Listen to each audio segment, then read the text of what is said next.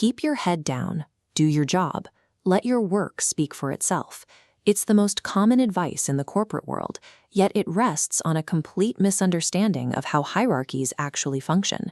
The immediate result of this behavior is invisibility. The employee who quietly grinds through late nights and weekends is almost always the one passed over for promotions, while the resources and rewards flow to those who make their efforts known. This happens because the modern office operates as an attention economy. In this system, your output is secondary to your visibility. Merit has no value if it remains unobserved. In a hierarchy, what is unseen does not exist. If the people in power aren't looking at your node on the chart, your contributions simply fade to black. Robert Greene addresses this in Law 6, Court Attention at All Cost. To survive a competitive environment, you cannot wait for recognition. You must actively manufacture it. Fading into the background serves no one. Humility in a hierarchy is simply an active choice to remain powerless. Think of corporate attention as a literal limelight with an extremely narrow beam. It is a zero-sum game. There is only enough bandwidth for 1 or 2 people to be in focus at any given time. To enter that beam, you must create sharp contrast. When your peers are playing it safe, blurring into the corporate gray, you have to provide a visual or behavioral hook that the bosses can't ignore. P.T. Barnum mastered this strategy by orchestrating sensational, scandalous events. He ensured his enterprises were never ignored by manufacturing his own visibility.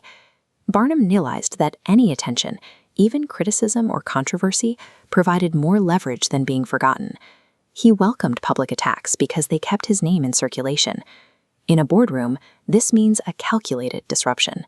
Taking a bold, controversial stance, or delivering a high-stakes pitch, hacks the attention economy, forcing every executive to fixate on you. Sparking debate establishes immediate dominance over the coworkers who sit quietly and wait for their turn to be noticed. Once you have the light, you have to hold it. This requires a shift from being loud to being magnetic. You need mystery. Human psychology is captivated by what it cannot instantly interpret. When you present an enigma, people feel a compulsion to keep watching. In the workplace, this means withholding full transparency.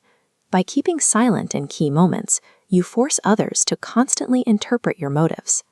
Mata Hari wove a fabricated, deeply exotic origin story into her performances. These carefully crafted fictions forced high society to fixate on her, as they could never quite grasp her true identity.